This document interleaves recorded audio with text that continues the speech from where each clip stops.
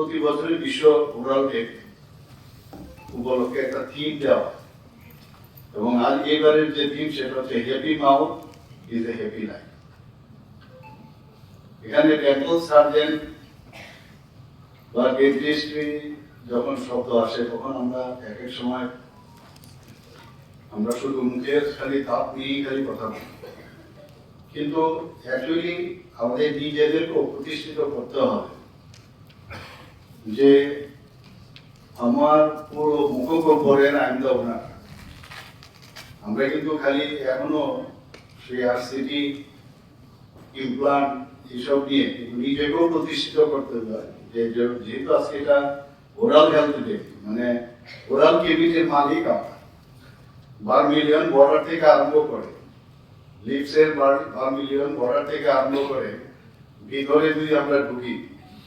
এবং সেটা ডান দিকে বা দিকেও ইনার চিক থেকে আরম্ভ করে একদম লাস্ট একদম ফেরিংস পর্যন্ত, ফেরিংসের থেকে আগ মুহূর্ত হার্ট প্যালেট, সফট প্যালেট এবং ফ্লোর অফ দ্য মাউথ থেকে আরম্ভ করে এবং আদার্স যেসব গ্ল্যান্ড আছে, প্যারোটিড গ্ল্যান্ড, মেজর গ্ল্যান্ড, সবই কিন্তু ওরাল কেভিটির মধ্যে। কাজে এইগুলোর মালিক আমরা সবাই, এবং তারই কিন্তু সবকিছু আমাদের দেখতে হবে। আর পাশে ডেন্টাল বা তাদের যে কন্ডিশন সেটা তো দেখতেই হবে। একটা এই যে 32টা দাঁত মুখের ভিতর থাকে আমাদের, আবার বাচ্চাদের যখন 6 মাস থেকে দাঁত উঠে তখন থেকে কিন্তু ইউ আর দ্য ম্যাটার, এবং সেখান থেকে আমরা যদি দেখি যে তাদের কিভাবে যত্ন রাখা, এখানে দেখিয়ে টিভি স্ক্রিনে কিভাবে দাঁত ব্রাশ করতে হবে, তাদের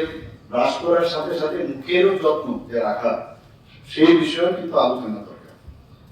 আমরা এরকম দেখি যে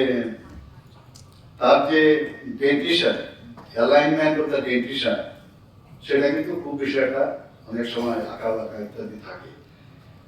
কিন্তু তারপরেও সেটা থাকা সত্ত্বেও সেটাকে যদি প্রপারলি মেনটেন করা যায়, সেটাকে যদি প্রপারলি আমরা মেনটেন করতে পারি, সেটাও কিন্তু মানুষের কাছে একটা প্রেজেন্টেবল হয়। তো সেই যে বিষয়টা সেটা কিন্তু আমাদের যে অ্যাওয়ারনেস এবং আমাদের যে বিভিন্ন জায়গায় আমরা ক্যাম্পে যাই এবং যত অ্যাওয়ারনেস করা যাবে এবং তার কি কি মানে সাইড এফেক্ট বা কমপ্লিকেশন,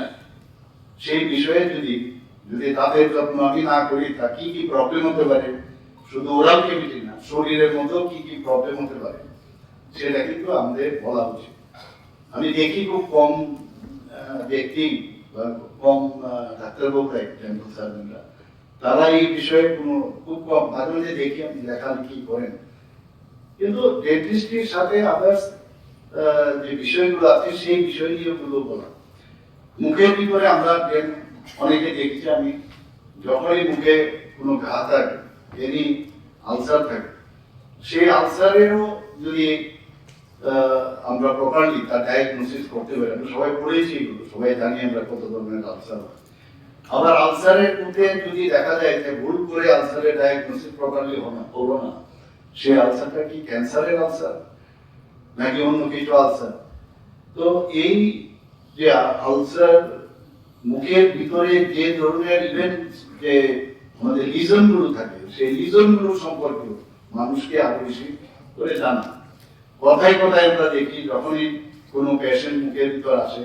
মিরর আর প্রোব খুলে আমরা যখন দেখি, দেখার পর আমরা যখনই কোনো একটু অ্যাবনর্মালিটি আমরা দেখি, কারণ ডাক্তারবাবু, ওরাল সার্জন বা ডেন্টাল সার্জন যারাই আছেন তারা কিন্তু নিজের মুখ নিজেরা দেখে, নিজেরাও কিন্তু নিজের মুখ দেখতে পারে। কাজে নিজে যখন কোনো অন্য ডেন্টাল সার্জনকে দেখাবেন তখনই দেখতে পারবেন, ইভেন দাঁত যখন ব্রাশ করেন সেটাও প্রপারলি কতটুকু দেখেন, পার্সেন্টেজ যদি এটার উপর যদি স্টাডি করা যায় যে কোনো রকমের ব্রাশ করে তাড়াতাড়ি ধরো কাজের কর্মক্ষেত্রে, যে ডেন্টাল ফ্লসিং যে একটা কত ইম্পর্টেন্ট জিনিস, সামান্য জিনিস, এই সামান্য জিনিসটাও যদি কাউকে বোঝানো যায়। আমার মনে আছে আমাদের একজন ত্রিপুরাজ্যের খুব নাম করা একজন অ্যাডভোকেট, সিনিয়র অ্যাডভোকেট, উনি একদিন আমাকে বলছিলেন, এখন একটা বিরাট পজিশনে উনি চলে গেছেন, বলে আপনি যে একবার ইভেন একজন ত্রিপুরা জেলা এখন বর্তমান একজন সিনিয়র মিনিস্টার, উনি আমাকে বললেন যে আপনি যে একবার আমাকে ওই যে শিখিয়েছেন যে ডেন্টাল ফ্লস, আমি আজকে তারিখও সেটা করি। এবং দেখছি সত্যি দারুণ, এখন আমাদের কোনো প্রবলেম নেই। এরকম এই যে অ্যাডভোকেট মহোদয়, উনিও কিন্তু যখনই দেখা হয়, আপনি যে আমাকে দেখিয়েছিলেন ডেন্টাল ফ্লস কিভাবে করতে হবে, এই ফ্লসিং এ আমি কিন্তু আজকে এত বয়স হয়েছে আমার, মানে তাতে কিন্তু সমস্যা খুব কম। এই ছোট ছোট বিষয় কিভাবে করা উচিত, এতে একটু সময় দিয়ে, পেশেন্ট আসলো, পেশেন্টের ঠিক আছে পয়সাও লাগবে, মানে যারা প্রাইভেট প্র্যাকটিস করে, তাছাড়াও যারা প্রাইভেটে প্র্যাকটিসে যুক্ত হয়, তাদেরকে বলবো যে অন্ততপক্ষে এই বিষয়টা, অ্যাওয়ারনেস এর বিষয়টা বলা হচ্ছে যে প্রতিদিন নিজের মুখটা অন্ততপক্ষে, মুখের ভিতরটা নাও, এই যে যেটা ফার্মিলিয়ার ওয়াটার, মানে যেটা বললাম মুখে দ্য গেটওয়ে অফ বডি, তো সেই জায়গাটা দেখা যায়, তাও বোঝা যায়। এরকম আছে অনেক জায়গায় যে মুখের ভিতর যে রিজন গুলো আছে ডেইলি আমাদের করা উচিত। ক্লিনিক্যাল আই একটু অন্যরকম, যত এক্সপিরিয়েন্সই থাকুক, যত পড়াশোনাই করা যে ব্যক্তি থাকুক, কিন্তু ক্লিনিক্যাল আই কিন্তু একটা বিরাট বিষয়। এবং আমরা যতক্ষণ ধরে ক্লিনিক্যাল এর আপগ্রেডেশন যদি না করাই, তাহলে আমার সাবজেক্টে আমি ততদিন ধরে আমার কনফিডেন্স আসবে না। আমরা কিন্তু নিজেরা অনেক সময় নিজেদের কনফিডেন্স কিন্তু আমরা হারিয়ে দিই।